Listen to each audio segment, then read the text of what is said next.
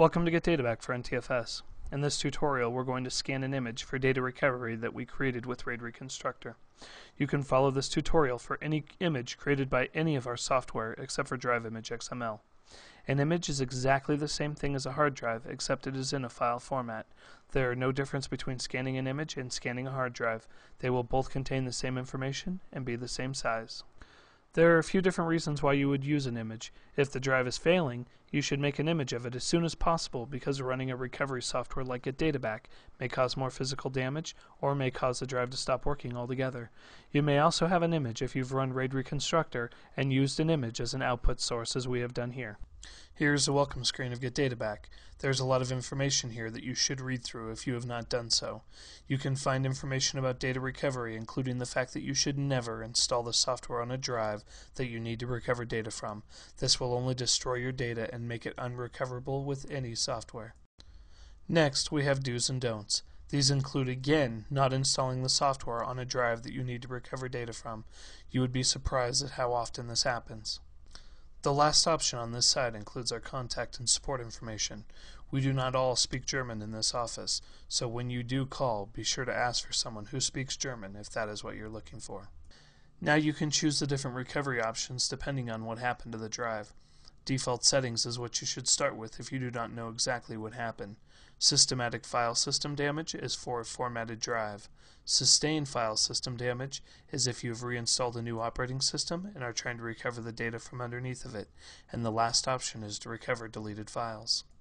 These selections decide what options will be chosen for you. You can see all the options by clicking on Tools and then Options. Do not change any of these manually as they will be chosen automatically by what you select for the type of recovery you want to do. For this recovery, we will select Use Default Settings. Once you have selected this option, click Next. A drive scan window will pop up and show you the drives it is making available for the software. This window may go by quickly or linger depending on the type of drive you have or how many drives you have. You are now in Step 1. From here you can choose which physical drive you want to scan. We have an image, so we will not choose a physical drive. You can then choose between image files, arrangement files, or remote physical drives.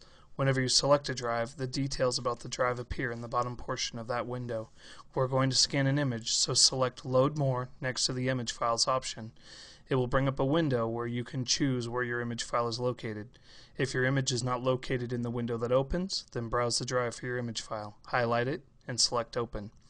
You can now see that the image file is viewable under Image File Options. You can also see all of the drive details, including the name of the image and the size of it. There are additional options on the right side, including partial scan. Do not do this unless someone from our support team tells you to. If you choose anything here that you should not choose, you may end up with a partial recovery or a recovery that has no data at all. The See Current Option window shows you the options that are currently selected. Do not change these here as they are predetermined by the scenario window in the welcome screen. We are now prepared to go to the next step, which is scanning the drive. During this step, the software is finding all the files on the drive by their signature. A signature is a unique sequence of hex characters that every file has.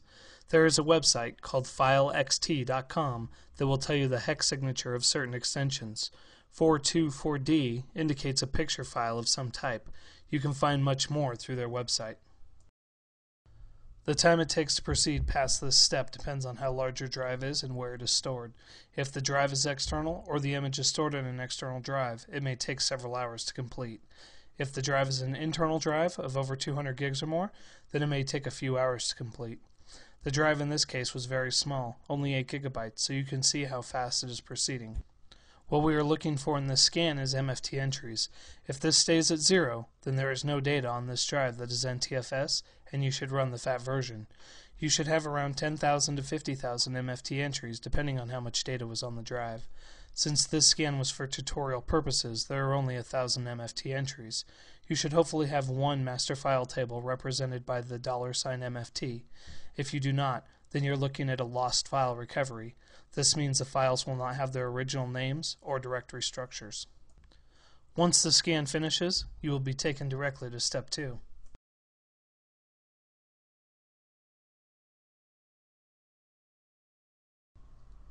Step 2 shows you the file systems that were found during the scan and information about those file systems. By default, you're shown the recommended file system for the recovery. You may have one of these or a few of these depending on what was written to the drive. You should generally choose the top option in the Found File System list. The file system details tell you what file system was found, where the cluster 0 was found, what the cluster size is, the total sectors of the drive, where the first MFT record was found, where the mirror of the first MFT cluster was found, the MFT record size, the index buffer size, the total number of clusters, the minimum and maximum clusters used, the MFT origin, and the creation of the MFT. This is generally the day that you formatted the drive, the number of data matches, and debug info. For more information on the NTFS file system, go to www.digit-life.com/articles/NTFS. Once you've chosen the correct file system, click Next. The next step goes very quickly for us as we had very little data to recover. This step generally takes about 1/10 of the time it took to scan the drive. You will see a box where the software is extracting the found MFTs, extracting the index entry list, and then populating the tree. In plain English, it is taking the data it found while scanning the drive and making it into a directory structure for you. At this point, as long as the file system is not damaged, you should be able to see the directory structure of your data. You can browse the directories, open anything that you normally can open by double-clicking on it.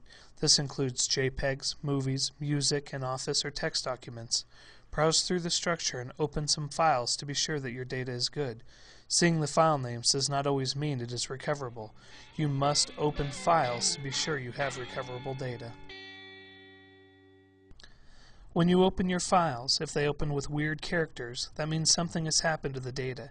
Either it has been overwritten or damaged in some way. This is not a function of the demo version of the software.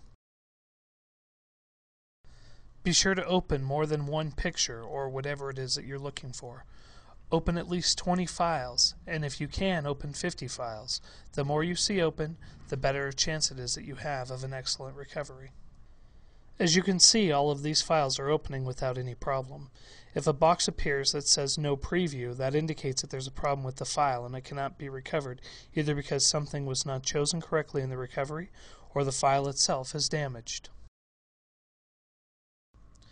If everything worked correctly, you will now need to purchase the software to copy the data from the recovery tree if you have not done so already. You can purchase the software by going to our website at runtime.org, clicking on the Purchase button on the top menu. Once you have your key, click on Help, then Register to find the place to enter your registration name and license key. Once you do this, you're ready to copy. You do not need to rescan the drive or restart the software. If you try to copy the data without a license key, you will get an error telling you that you must purchase the software in order to recover the data. You can tell the software is not registered by looking in the bottom left-hand corner. If you have not registered it, it will say Unlicensed Evaluation Copy. Once you enter your registration information into the software, that dialog will disappear, as you can see here. We are now ready to copy the data. You can copy a file, folder, subfolder, or the entire recovery. If you want to recover a single file, select the file, right-click on it, and say Copy. A dialog box will pop up asking you where you want to copy the data to. Make sure you never copy your data back to the drive you are recovering from. It will destroy all of the data. If you want to select one folder, then highlight the folder, right-click on it, and press Copy. This will take longer than a single file because you have many files, and the time it takes to finish the scan depends on how much data you have in a folder. Here we have a handful of JPEGs, so it goes very fast. To copy the entire recovery, select the very top folder in the recovery tree. In this case, it's NTFS. It could be FAT16, FAT12, or FAT32 as well, depending on what type of recovery you have done. Right-click and say Copy, and it will copy all the data to a folder called NTFS in the destination that you have selected. Once it is finished, verify your data has been copied and is working, and then you're done. You may close the software.